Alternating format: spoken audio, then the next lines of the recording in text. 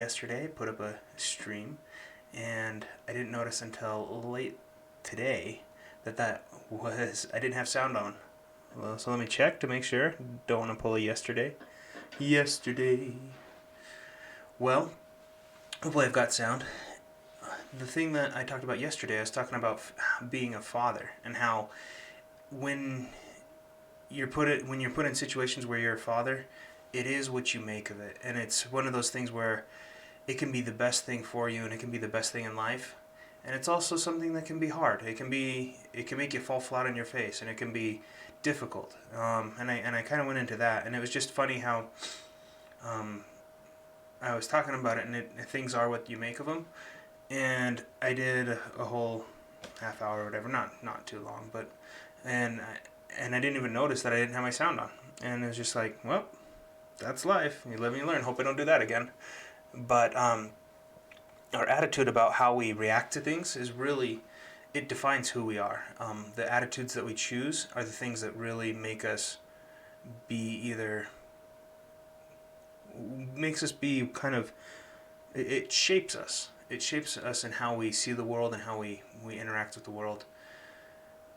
One of the things that I love about being a father is I love seeing my kids grow. Like, just seeing that moment where they're put in a situation where something's hard for them, something's difficult, and they can't get out of that. And you really just decide to, like, let them learn. When you see that it's something they can do or they should be able to do for themselves, and you stop and you don't help them, you don't solve the problem for them, you let them learn through the problem. And it's those trials that we have, those struggles that we have, that really they shape us into who we become, and they shape us into becoming someone better.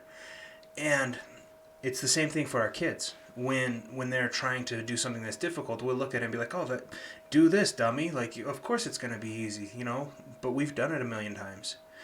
They're just exploring the world, and they're seeing it through completely new eyes. I love the fact that when you have your kids and you see something new through their eyes, like you kind of, if you're careful and if you pay attention and if you look and observe really well, you'll see that you'll see something that you didn't see before usually. Because when they see a problem, when they come to a problem that they see, they really get a choice to handle it the way that, well, they have to figure out how to handle it, and since they've never done it before, sometimes they find a way to handle it that you wouldn't have thought of, that you wouldn't have considered. And when that happens, it's like, I didn't think of that. And you see a moment of pure innocence, and you see a moment of pure innocence and growth, where they, like, find what it is that they were doing, and then they fix it and they grow through it. And it's like, it's fantastic. It's so gratifying to help someone become better, whether that's your kid or your friend or a neighbor or a spouse. And I don't mean that in a, there's a level of condescending, "Oh, I'm better, so I'm going to help you be a little bit better." And that's not what I'm meaning. When you don't look down on someone and say, "Oh, finally you learned that." There's not a gratification there. But when you look at something through their eyes and you're like, what are you going to do? Like, how are we going to fix this? And you support where you can, especially with kids and with those that can solve it for themselves. You support where you can. If they ask for help, sometimes you give it, sometimes you don't. It really depends on the situation. But you make sure that they have what they need to succeed. You help them to kind of find what it is that they need to succeed. And it's so gratifying to see that growth. And I mean, it's gratifying in yourself too. It's gratifying to and the sad thing is, it's hard to notice. It's hard to pick up in yourself. It's really hard to see, oh, I'm actually doing this now. I'm exercising, or I stopped whatever the bad behavior was. I stopped doing this or that. Or it's so gratifying to realize, look back over the last 6 months, last 2 years, last however long you've been trying, and to see, I am getting better. I am doing better. And as long as you're doing better, as long as you're doing a little better every day, the trajectory is what matters. The time frame, that's God's time frame. He's gonna let him take care of the time frame.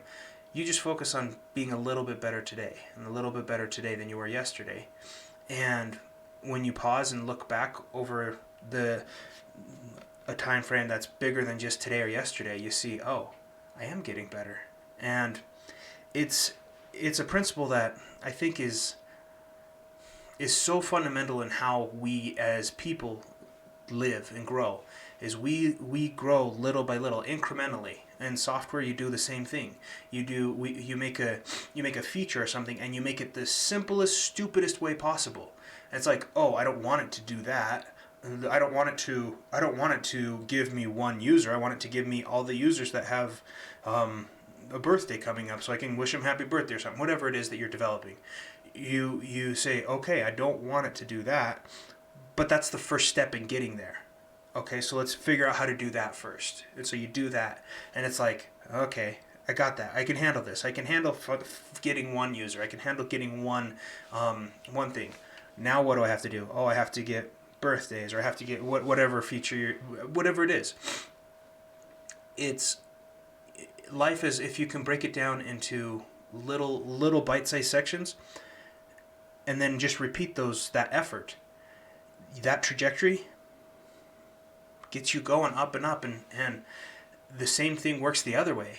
The same thing, Satan knows the same thing. He says, if I can get them to not care about swearing, okay, it's not a big deal, but they just won't swear that much. It's like, okay, well, that's something little, and it's like, okay, well, if I can get him to do that, what else can I get him to do? What else can I get him to do? And every little day, every time you make the choice to either step up or placate, or to not worry about it, or to not try, or to deliberately step down, every time you make that effort, it makes the next time to go in that same direction easier. Whether it's stepping up and becoming better, it makes it easier to become better. Every time you make a good choice, it makes it easier to make the next good choice. Every time you don't try hard enough so that you screw up, it makes it easier to not try hard enough the next time. And that's the secret of life. Is, I don't know if it's the secret of life, but that's one of the keys of life, I think, is to figure out, okay, what's the smallest step that I can take right now to be good, to do good, to get better, to improve? What's the smallest thing I can do right now? I'm not worried about in the next hour. I'm worried about right now. I'm not worried about the next day or the next year. I'm worried about right now.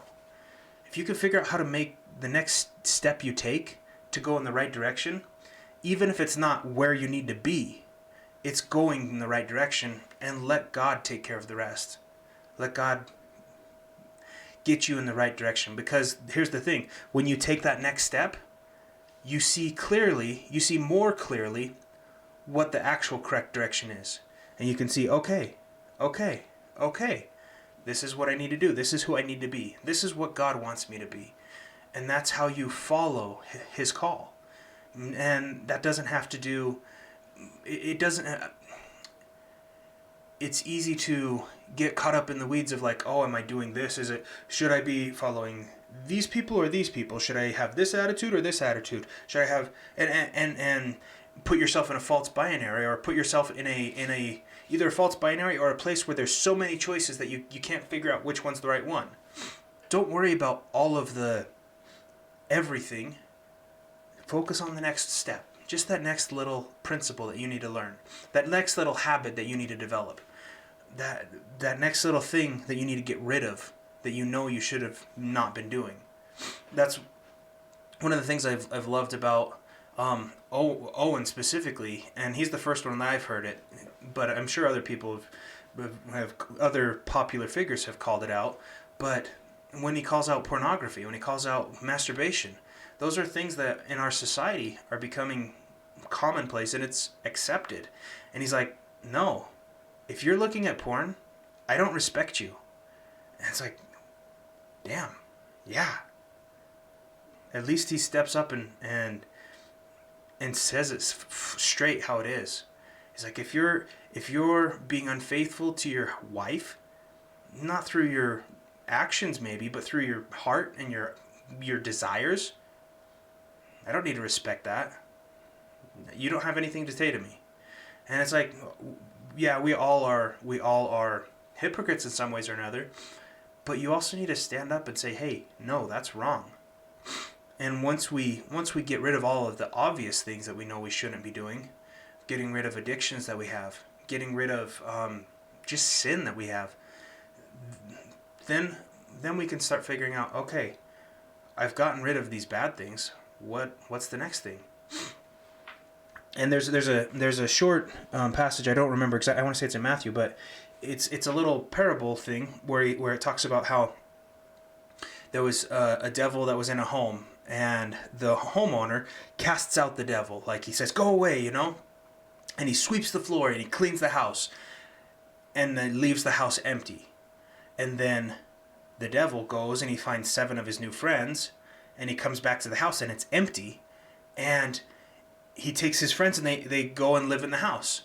And the way I understand it and the way I believe it, it's a parable for us when we get rid of sin, when we get rid of bad things in our life that are taking us down. We have to replace those things and fill that house with goodness. Otherwise, if we just leave it empty, if we just get rid of the bad stuff and we don't put light into us, we don't put God into our hearts and into our... I say it like put him... Anyways, if we don't invite righteousness into us, and we don't replace those bad habits with good habits, then when we become tempted again, it's just going to come back, and it's just going to get worse because we're hollow. It's so important to take those little steps one day at a time. And the great thing about this life is God, he's not going to command us to do something that we can't do. He's going to always provide a way. He's always going to make a way for us to get through what it is that we need to get through. And that's one of the things that's so beautiful about this life. Christ gave us a perfect example of how to live. He gave us a perfect example of righteousness. And we're not going to match that. We're not going to follow that perfectly because we're fallen. But we know where to look. We know where to grow and to study. And that's just good. It's just it makes us whole, and we become heirs to God. We become enter into his fold and be who he needs us to be. And it's funny how people don't realize how awesome that is. They don't realize how good it is to know that there's a creator and a God in this world, in this life, our Father, our Heavenly Father, and he's welcoming us with open arms, and he's encouraging us to grow and to be like him, to follow his Son. And that's just, it's neat. I was listening to some C.S. Lewis a few months back. It was probably about a month ago now, but he was talking about how one of the greatest things that we have in this life is us. And not in like a proudful, hey, look at me, not in like that type of sense, but we have each person you go into, that you get to know, and that you talk to, and that you bump into on the day-to-day life, each person that you see, that's a child of God. That's potentially someone who's going to inherit the kingdom of God. That's someone who, in other circumstances, when we see them at their full realized self, we would be tempted to kneel down and worship because of who they would become. And he was talking about how it's so silly, I guess you could say, that we sit around and we joke and we tease and we have good friendships and stuff, but we don't think of each other that way. We don't think of there's part of divinity in that person. There's part of God in him or in her. We don't think of ourselves that way. It's like, there's part of God in me. It's like, we get down on ourselves. We get frustrated. And we're, oh, why did I do that? I was so stupid. I knew I shouldn't have done this. Or I knew I shouldn't have done that. And we get frustrated with how weak we are. With just life. How fallen we are. We get discouraged. But yet, realize that God is, He's your Father. That means you've got part of Him in you. And yeah, you may not be living up to who you should be, but you can. You can grow. And that's where you just have to stop and say, okay, well, what's my next step? What's the next thing I have to do? Don't think of if you're stuck on pornography, if you're stuck on addictions, whether it's like, even if it's narcotics, or even if it, whatever it is, if you're stuck on envy and hate, if you're stuck on lying, whatever the thing is that you're stuck on, realize that you can get over it. You can beat it. You can follow Christ's example. It may not happen today. It may not happen in a year. But what can you do next that was better than what you did last? What can you do next that was better? And if you just start that trajectory of, instead of going down to where Satan wants you, take a step up. It was funny. I was thinking about it.